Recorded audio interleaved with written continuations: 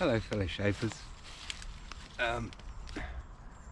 Today is going to be the ash tree, one of my top 5, and it's quite easy to spot it once you know what you're looking for.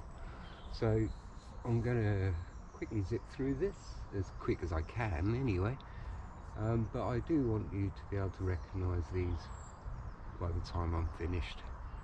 This is winter time right now, so won't be able to show you much in the leaf department, but we shall look at the bark structure and have a look as it gets older, because it does go through some quite serious changes, and ways to identify it as it gets older and its young stage. There is one in shot at the moment. It's actually surrounded by birch. There's 3 birch right in front and 1 ash. I don't really even tell the colour difference on this camera, but it's very much greener and grey, and that is the key signs. It's a very light colour with a very smooth bark. Let's take a closer look. So we're a little bit closer now, and now you can quite clearly tell the difference, I think, can't you, between the birch and the ash.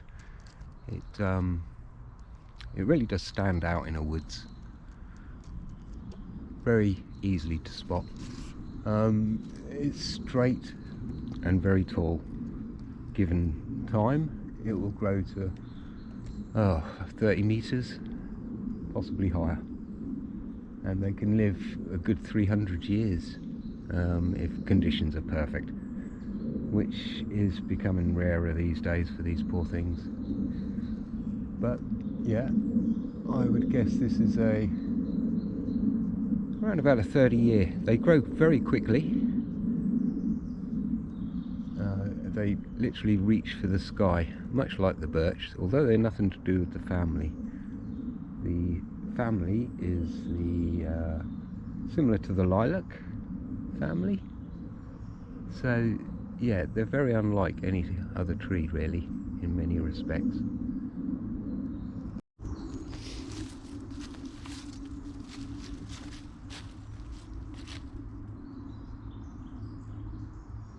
I think you can clearly see the difference now.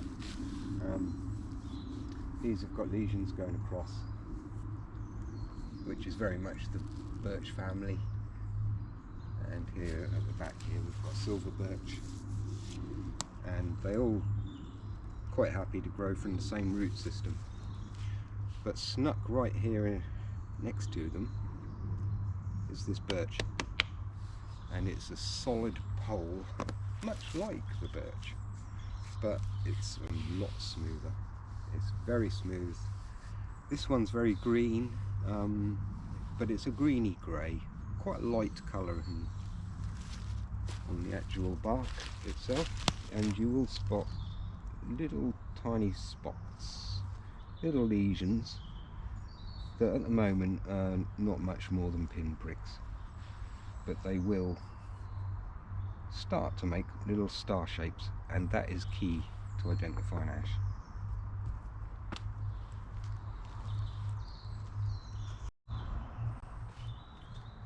They're usually again quite like birch. They don't have much lower growth. It tends to die off quite quickly because it's such a rapid climb to the heavens. It doesn't hang around. It doesn't waste time producing branches down the bottom here. It's all really what's underneath and what's up top with this tree. It's a canopy tree, and it really does like to try and outgrow whatever's next to it.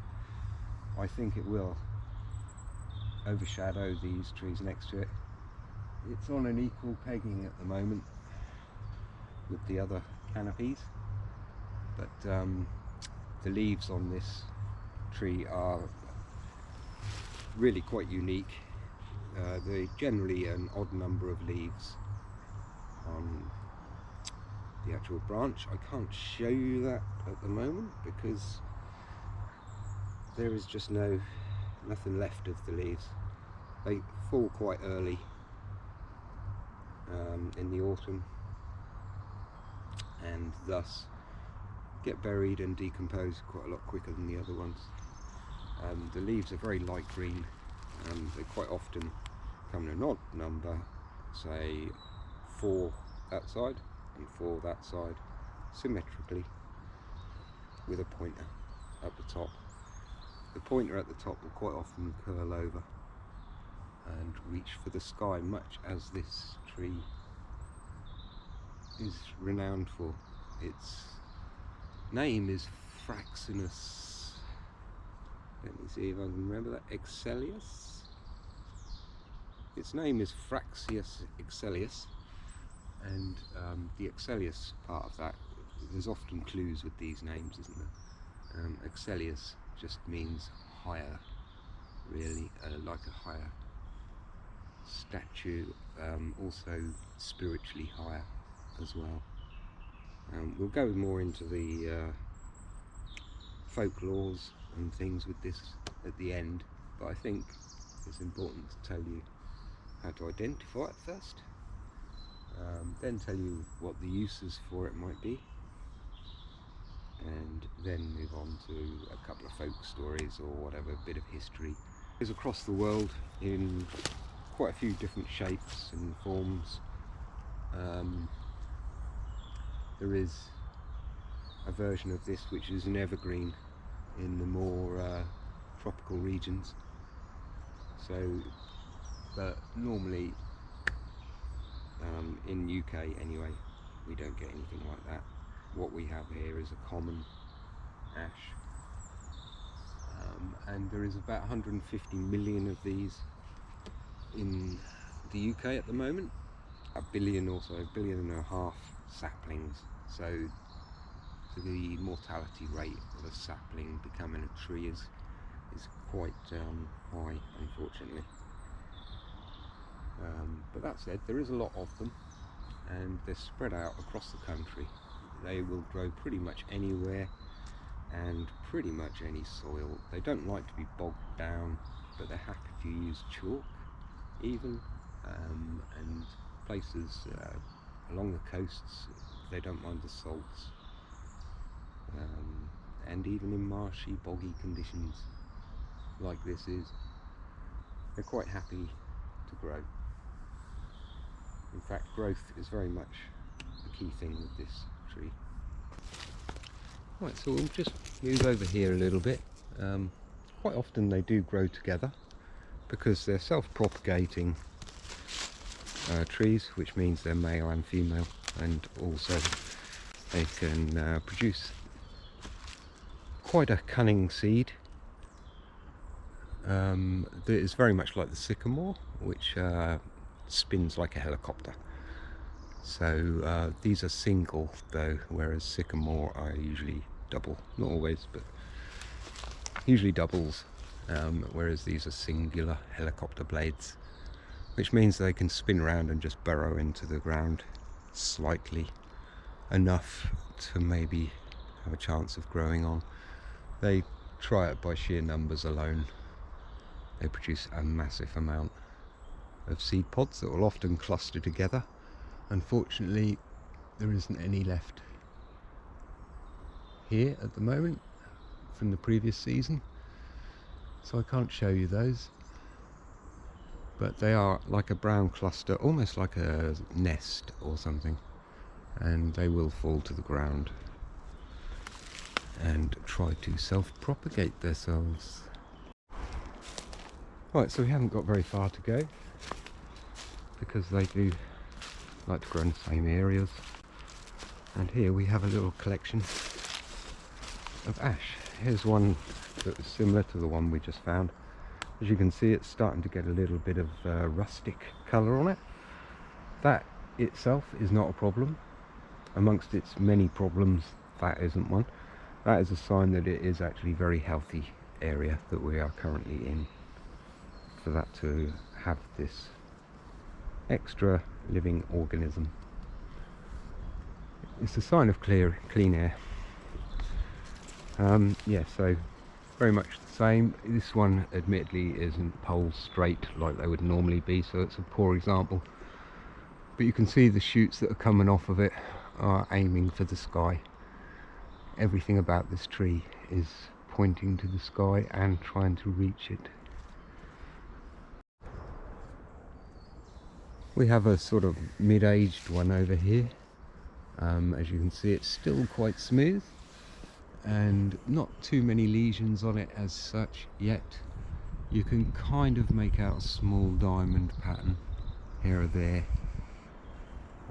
But yeah, it's quite featureless still, but still very recognisable by the colour and the smoothness.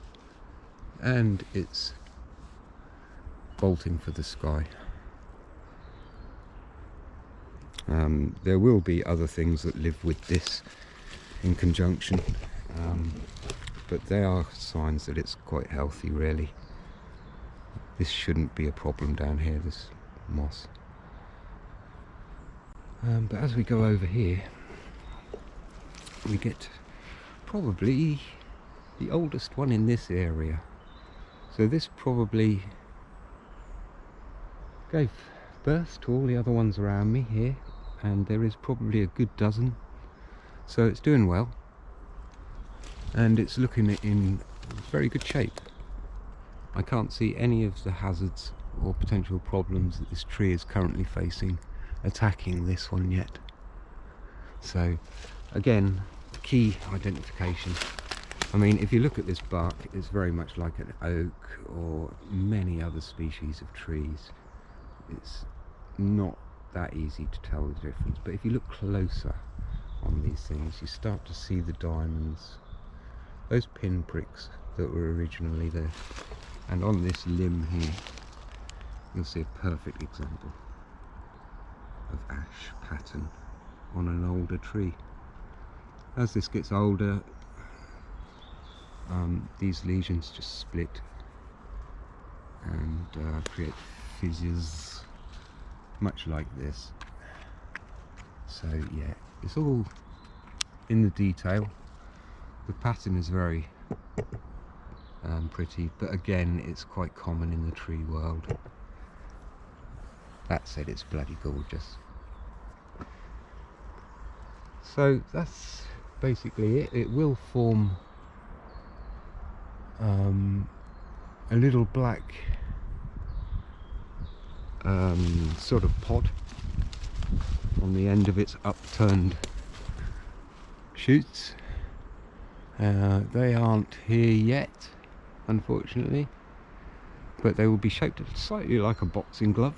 That's what they're known to be like, and also coal black, which is a very distinctive sign because not many things are coal black. There is one locally, the black alder, which has black, coal black colourage, but it's quite easy to spot the difference between those two. So this is a good place as any, I think, to have a little chat about this amazing tree. We've got a bit of Tutsin in the way here at the moment, also called St John's wort, and that will grow commonly throughout the UK as well. There is quite a lot of story about this, but I might go into that another time. But don't eat them if you're curious. It's a mixed message with these, but generally they'll make you sick. But there is potentially medicinal uses for these, potentially. But you know, do you want to make yourself sick? Not really. So this alder here,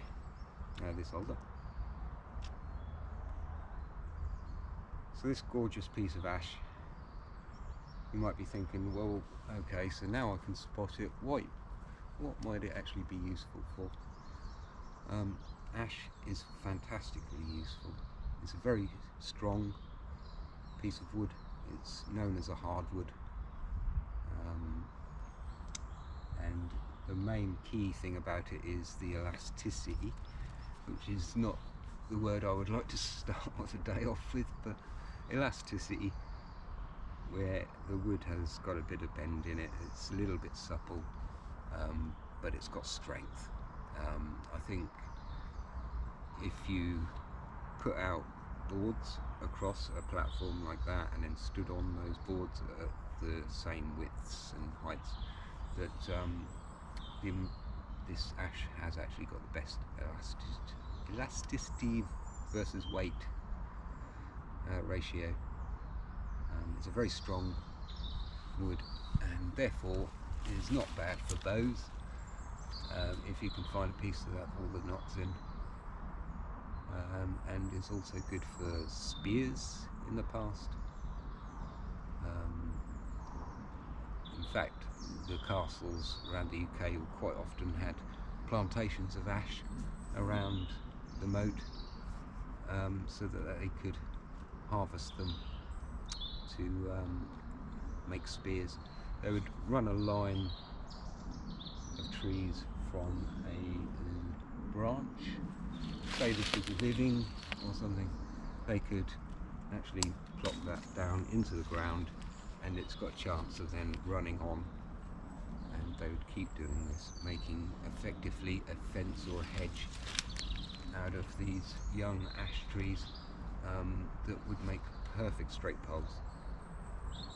As you can imagine, that was ideal for a siege situation or anything like that. So it's unfortunately got a bit of a military history. It was worshipped in Viking mythology as well, with Odin, the one-eyed god. Which incidentally, part of the story of the one-eyed god was that he hung himself by one foot upside down on a tree, and a raven came along and pecked his eye out and gave him the gift of foresight. You will see Odin in a traditional deck of tarot cards, and he is represented by the Hanging Man tarot card. He's quite an interesting tale, to say the least, but then so is the tale about this.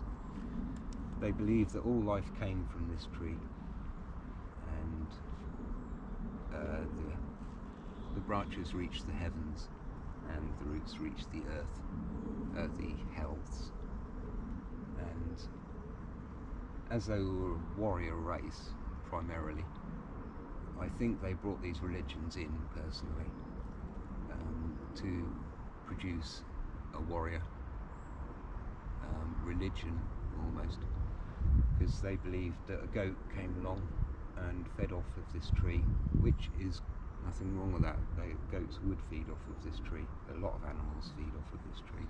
It's very much a feeder for animals. And this goat apparently ate from the tree, and instead of producing milk, he produced ale, or some form of beer, that was presented in the halls of Valhalla, which is quite a story. So all these young people were brought up with this religion where they need to die in battle to go to the halls of Valhalla and drink this ale that was produced from this goat. Who am I to judge? It's an interesting story anyway. It's featured in folklores across the whole world pretty much, and revered by many societies. The general opinion is that this is a tree that represents health, possibly because of the colourage on it. It can harbour a lot of life. It can help provide. Often seen across the world as a direct link to the actual planet.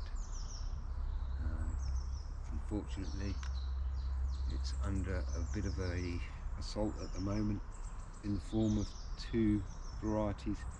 One's a disease, which is, it's been around for a little while, but it is basically progressing and killing off lots of these ash trees. It's much like the elm's disease, which incidentally the ash have been filling the gaps where the elms used to live. They like very similar territories. The most popular place in the UK is actually Cornwall, where they grow in the hedgerows, replacing the elms that would have been there previously. So this is an extra sort of sad story with this thing, really, because it's under attack by this disease and also under attack by this beetle which came over from Asia. It's the EAB beetle, which I'm guessing, not 100%, but I mean logic would suggest it's the European Asian beetle. It gets just underneath the bark of this beautiful tree, to the green section of the wood, and then it just makes a hell of a mess in there. It produces more of itself, breeding obviously, and effluence, which causes these trees to die off a lot younger than they should. So finding an aged piece of ash like this is becoming a rarer treasure, but they have got their numbers still, so hopefully, because they're so fast growing, they will outgrow this current situation. But it does make you think that if they're linked with the world, and they're struggling to survive with all these folklores and things, you can understand why the ozone layers, the problems in this world, the pollution, the overpopulation, all the little problems in the world could be reflected upon this tree. And if I was to damage this tree, according to a lot of folklores, I would damage myself. So I think that's a good place to leave it. Treasure these trees. They really are quite something, and they would be sorely missed if we didn't have them. It makes you think what would fill the gaps of something that is so popular in our country and across the world. Thanks for tuning in. Hope that wasn't too boring for you. That was the ash. I'm not sure what I'll be doing next on the playlist, but I will be going through all of the trees in my series. You can check that out by subscribing and looking at my podcast. By subscribing and looking at my playlist that I've created called Tree Identification in the UK, the Definitive Collection, or something along those lines. I want it to be factual as possible, so if you think there's anything that I've got wrong with this, I'd appreciate the comments. I want this to grow and be something that is true and could be used by future generations. Apparently the youth of today really don't know their trees much, which is no surprise. I didn't know a lot, well, I knew a few, but apparently they don't even know a few nowadays, and only 1 in 20 young people could actually identify an ash, was a recent survey, and probably that's 1 in 10, I think. So is this a 1 in 10 tree? Let's try and change that. Spread the word, recognise the ash, and look after it.